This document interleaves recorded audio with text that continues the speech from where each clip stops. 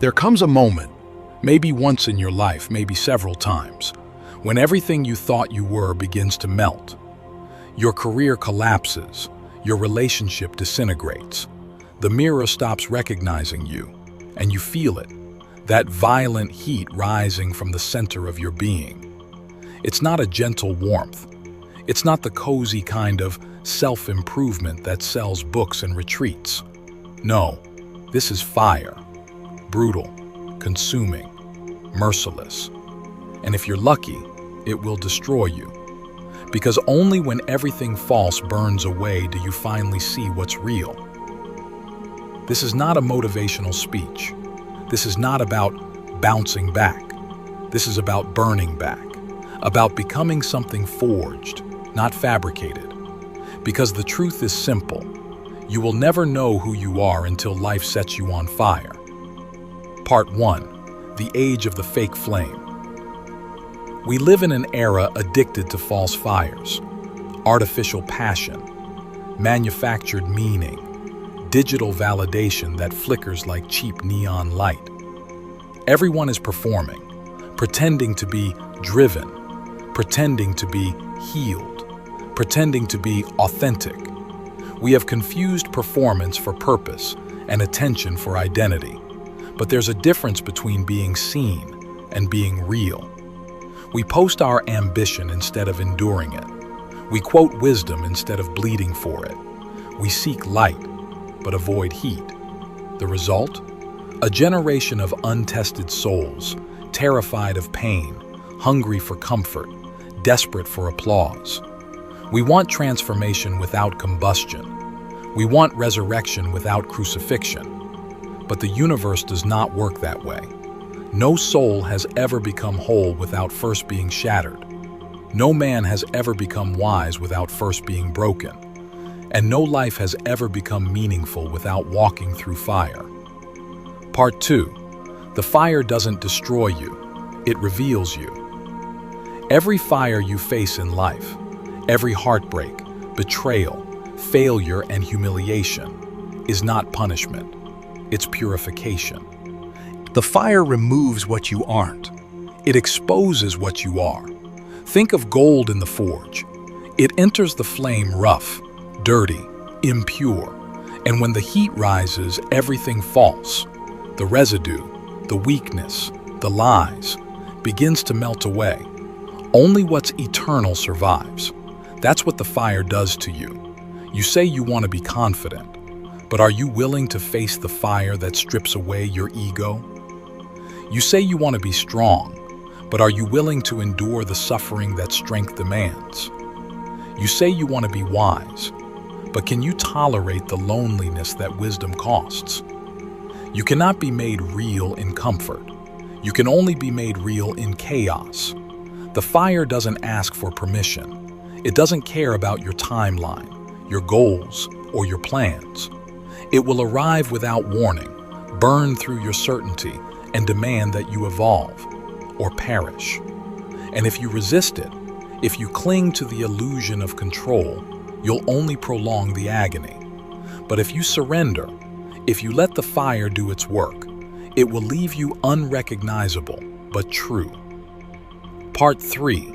The Necessity of Pain. You've been lied to your whole life. They told you pain is the enemy. They told you comfort is success. They told you that ease, peace, and stability are the highest goals of life. They were wrong. Pain is not your enemy. It's your sculptor. Suffering is not a curse. It's the hammer that cracks open your potential. The worst moments of your life are not setbacks. They're initiations. Look back. Every great transformation you've ever had was born from struggle. That heartbreak that shattered your heart. It taught you the language of compassion. That failure that humiliated you. It taught you resilience. That loss that broke you. It forced you to stop pretending and start living. Everything real in you was birthed through fire.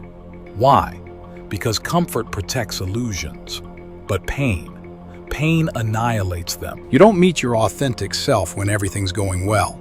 You meet it when everything falls apart. When the mask cracks, when the lies dissolve, when the fake friends scatter, that's when the real you finally breathes. That's the cruel mercy of the universe. Pain is the only force honest enough to make you real. Part 4. Burning the false self.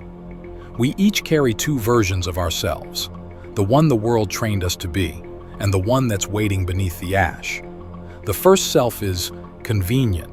It knows how to please, how to smile, how to fit in. It survives on approval. It plays by the rules. It's polite, predictable, and safe.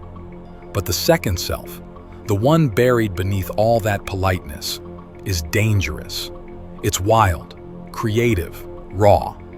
It doesn't beg for permission. It's the part of you that knows your potential terrifies others. And that self can only be born when the false one burns. This is why everything had to fall apart. This is why betrayal happened. This is why you lost them. This is why your plan failed. The universe wasn't trying to ruin you. It was trying to reveal you, to burn the mask, to kill the cowardice, to melt away the pretense. You begged for strength, and life gave you suffering. You asked for clarity, and life gave you confusion. You wanted peace, and life gave you war. You didn't fail. You were being forged. Every scar on your heart is a proof mark of the hammer. Every burn is a signature of authenticity. You are not the wound. You are the weapon being shaped by it. Part 5. The Forge of Responsibility. The fire that makes you real is not external. It's internal. It's the fire of responsibility. Because once you stop blaming life, once you stop waiting for someone to fix you, the real heat begins. Responsibility is the purest flame there is. It burns away self-pity, victimhood, and helplessness. It demands ownership of every scar, every choice, every failure. It's easy to blame the world for your pain. It's harder to ask, what must I learn from this fire? It's easy to curse the heat. It's harder to see it as the only thing keeping you alive. That's why people fear responsibility, because to take full ownership of your life means there's no one left to blame. It means you stand naked before the flames, accountable to your own becoming. But that's the moment you stop existing as a victim and start existing as a creator. Because the man who takes responsibility for his fire commands it. He stops asking, why is this happening to me? He starts asking, what am I being shaped into? And that shift, that one shift, is where freedom begins. Part 6. The Law of the Flame. The law of the flame is simple. What resists burns longer. The more you fight it, the more it hurts. The more you cling to what's dying, the longer you delay your rebirth. But when you yield to the fire, when you let it consume everything unworthy, it finishes its work swiftly and leaves behind something indestructible. Every time you surrender to growth instead of fear, you prove your worthiness to evolve. Every time you choose honesty over comfort, you ascend one level higher in truth. Every time you walk into the fire willingly, you become more than human. You become authentic. This is what Nietzsche meant by the Übermensch. Not a superhuman of power, but a self-created being, forged in the furnace of personal fire. The fire doesn't destroy you, it transfigures you. You walk into it human, you walk out divine. Part 7. The fire is the teacher. When you finally stop running from pain, something miraculous happens. You realize the fire was never against you, it was for you. It was trying to show you the parts of yourself that could survive the heat. Every trial, every heartbreak, every humiliation, they were all lessons in disguise. Life was never punishing you, it was educating you. And what it was teaching was this: you can't become real until you stop fearing pain. You can't become whole until you stop worshiping comfort. You can't become strong until you stop asking for life to be easy. The fire is not your end, it's your beginning. Part 8. The Ashes and the New Light. Eventually the fire quiets, the smoke clears, and in that silence you will feel something you haven't felt in years. Truth. It's not loud, it's not dramatic. It's the quiet realization that you no longer need to pretend, that you no longer chase validation, that your scars no longer embarrass you. They define you. You'll look around and realize that everything you lost was never real. Everything you gained, the courage, the clarity, the conviction, was worth every burn. And in that moment, you'll finally understand the purpose of all this suffering. You are not meant to be polished. You are meant to be forged.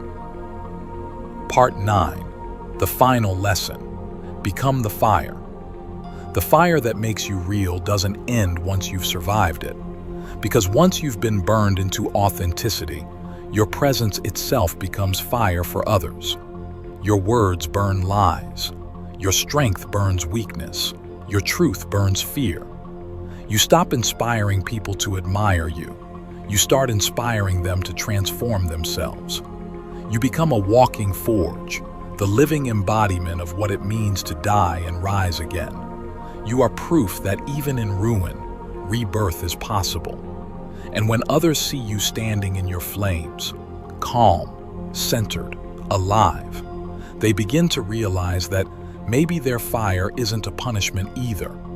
You become the reminder that fire doesn't destroy real things, it only exposes them. If you're standing in the fire right now, if your life feels like it's burning to the ground, understand this: you're in the process of becoming real. Don't escape it. Don't numb it. Don't pray for the fire to stop. Pray for the courage to endure it. Because what's being burned away is everything false, and what's being revealed is everything eternal. Let it burn. Let it hurt. Let it change you.